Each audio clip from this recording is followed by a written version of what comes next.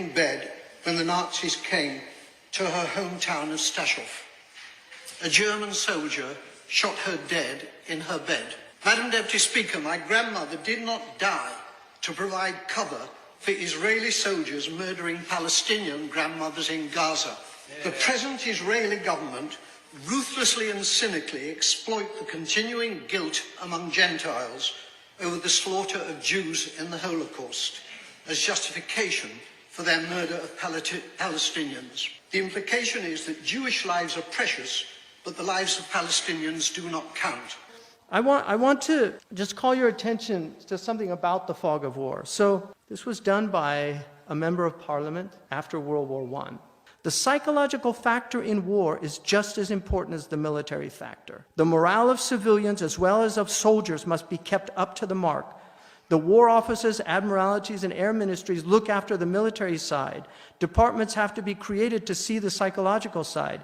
People must never be allowed to become despondent. So victories must be exaggerated, and defeats, if not concealed, at any rate minimized. And the stimulus of indignation, horror, and hatred must be assiduously and continuously pumped in to the public mind by means of propaganda.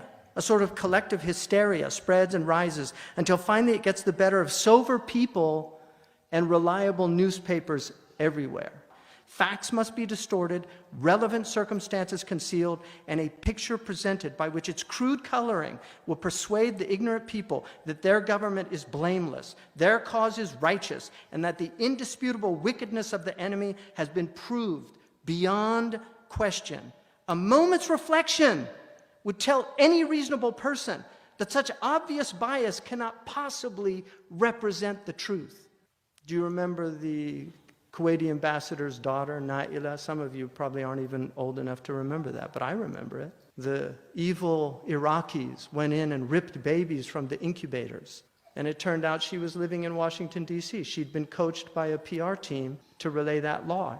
But the lie had already been done. The Iraqis had already been demonized. So 40 babies got their heads cut off, even though the IDF said we can't confirm that.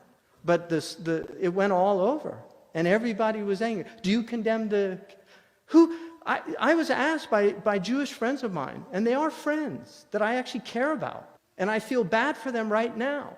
But I was asked to condemn the killing of babies, and to be honest with you, I felt insulted that I would be asked to condemn something that I would never condone.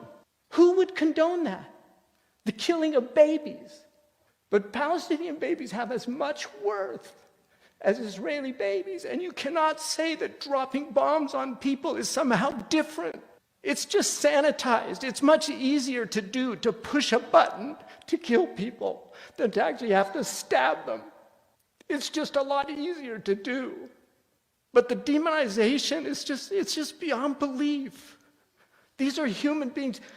Did they vote for this? Did they vote for these people to come in and do what they did? Did they vote and give them 24 hours to get out? How? And then stop their electricity, stop their water? Whoever kills a soul without any just right, or in sowing corruption in the earth, it's as if they've killed the whole of humanity. The whole of humanity. One soul. That's what the Prophet ﷺ said. For the Kaaba to be destroyed brick by brick is less with God than killing one believer. And think about what would happen if somebody destroyed the Kaaba. What would they do? But they're stones.